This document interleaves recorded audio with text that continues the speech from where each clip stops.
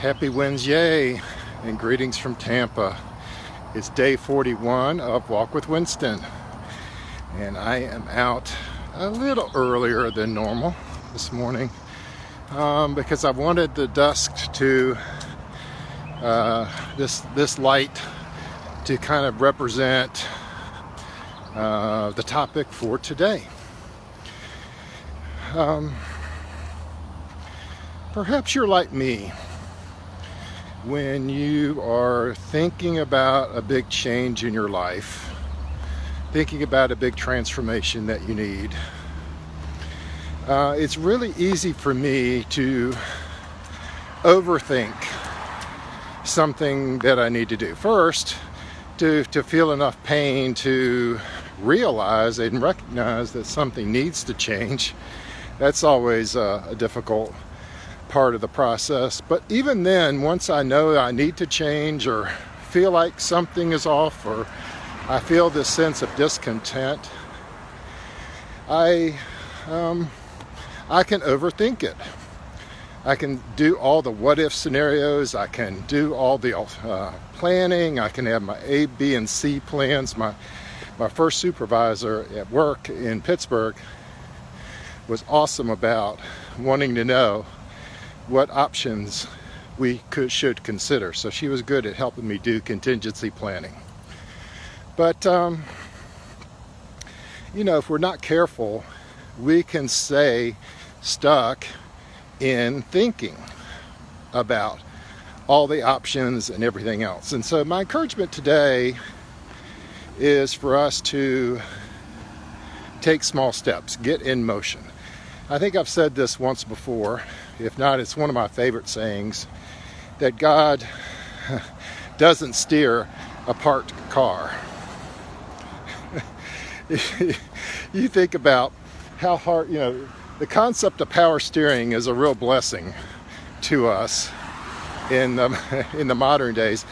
I grew up in an era where there wasn't power steering or power brakes, and you had to really crank that steering wheel to get in motion, particularly as you were starting the car in motion. And so I believe God blesses us when we take action.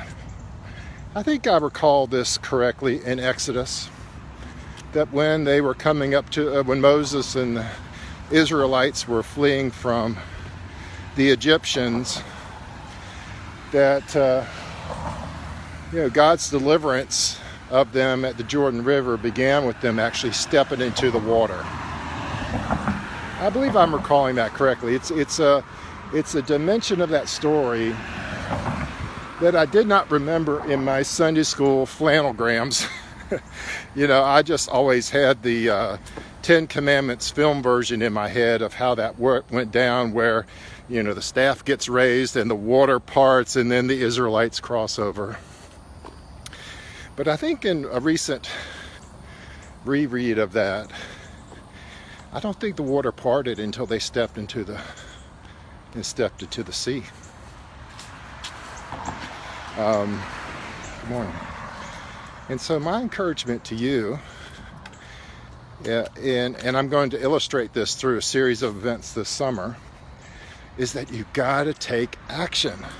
You've got to take that small step of faith, that small incremental step that you don't think necessarily is going to lead to big results, but it starts by getting in motion. So let me just recap the summer for you, because it's been an interesting summer in terms of what taking one small step led to. It started with my sister and I talking about our health journeys. And she works in the school system in Chesapeake, Virginia. And so she had the summer where she had more discretionary time. And so we've been competitive. My sister's 3 years younger than me, and I'm the big brother. But we've always had a little bit of a competitive streak between the two of us, just good-natured joshing type stuff. But, we both have similar challenges in terms of our health.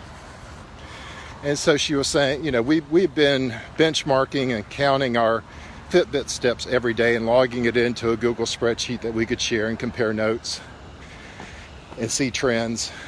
And she said, hey, let's this summer, why don't we try to increase our step count?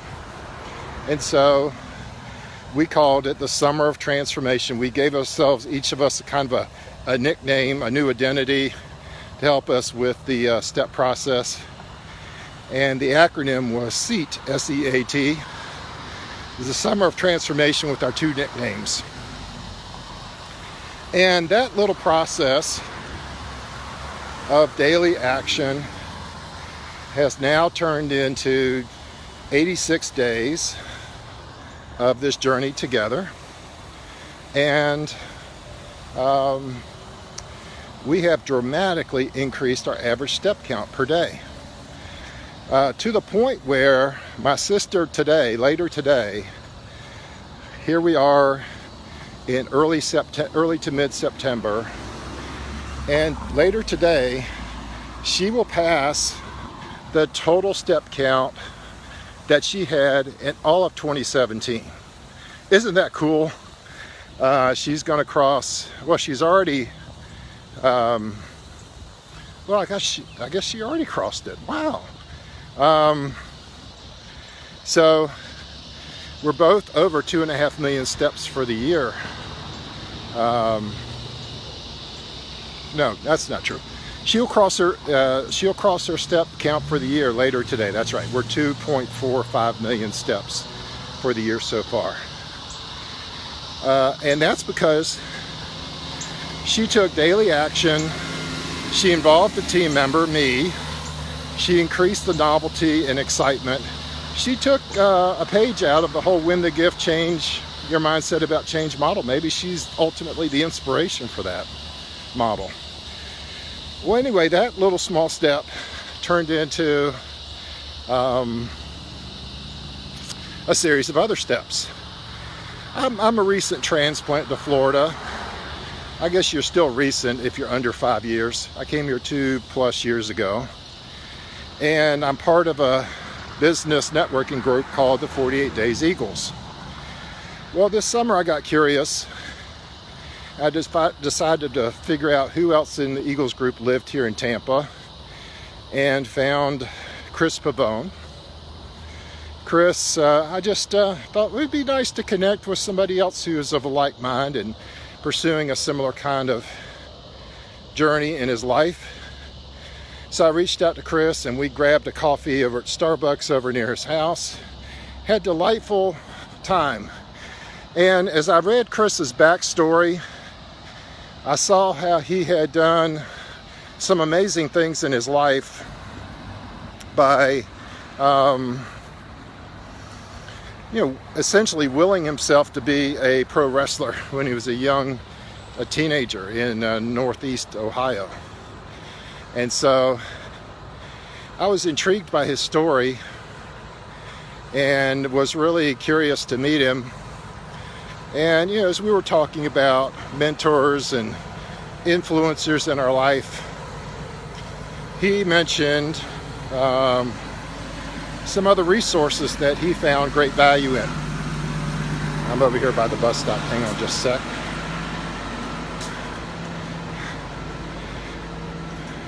So that small step of reaching out to somebody brand new connected me with some additional podcast resources. He talked about his friend Sarah Anna Powers, who had a faith-centered online business podcast. So I thought, wow, that's a cool topic. It's something that really resonates with me because it relates to a call I felt several years earlier when I was in Cincinnati about doing something to integrate my faith into my business practices. So I started listening to Anna's podcast. By the way, I certainly recommend both Chris Pavone's podcast and Sarah Anna Powers' podcast for big doses of inspiration. And so I just really resonated with her message of integrating faith and business. And so I contacted her. You know, her marketing was very much geared to women, but I thought, well, you know, does she work with guys? Is this something she would consider? And yeah, we ended up striking up a coaching and mentorship agreement. That connection, if you go up her tree, her connections of her lineage in her journey, connected to Giovanna Ellison, Lady J, First Lady Entrepreneur podcast, which just launched last week. But it's interesting how taking one small action, reaching out to Chris, has now connected me to several other people. Well, gosh, that one action of connecting with Chris got me into my own coaching relationship and a variety of people that Anna knows that can be super helpful to me in different dimensions. You know, all of us who are working with and helping other people have resources we depend upon. And so Anna has been great at not only helping me think about my mindset differently, but she's also been super helpful in terms of connecting me with others who have gifts and unique abilities that she doesn't have. And I had one of those calls yesterday with another resource who was like, I don't usually help people in this way, but when I heard your story and I watched your Walking with Winston videos, I'm going to make an exception to what I normally do, and I can help you in the area of need that you've identified. I can be a big help to you in that regard. Isn't that cool? So that's one line. But then the other line, more centrally related to the fitness journey, is Chris was starting up a fitness-focused mastermind about the time that we connected. And so I thought, a mastermind on fitness, I kind of scratched my head a little bit. But I thought, I'll jump in.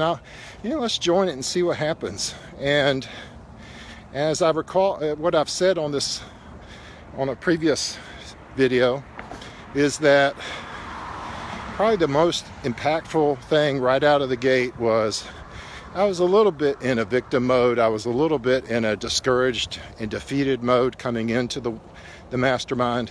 And Chris goes around the virtual room and asks everybody, so do you believe Winston can do this? Do you believe he can transform? And to a person, they all affirmed that they thought I could. They had a different mindset than I did. And because they believed in me, I've now adopted a different mindset. Well, fast forward, both of these trees converged in Franklin, Tennessee, because not only did I get to spend a lot of quality time with the rest of the guys in the Fitness Focus Mastermind, I also got to connect with a lot of other people that are connected to my coach, Anna, and Anna herself. And so I share this story to encourage you to stop overthinking about your transformational journey and just take that. Maybe it's scary, maybe it's intimidating, but don't make it intimidating. Don't make it scary. Just say, look, I can do one thing. It's not going to cost me a lot of time, energy, money, etc. But I can take one small step of faith, and who knows where this journey is going to go. Be curious, be adventurous, get some excitement in your life by trying something a little bit new, and let God take the wheel, let Him steer, let Him drive, and you just enjoy the ride by taking small incremental steps of action. Anyway, that's a long story, but one I hope just shows you in just the last few months how one small step has led to the beginnings of an amazing journey. With that, you guys have a great Wednesday. Stay safe, those of you in the Mid-Atlantic, and I'll talk to you tomorrow.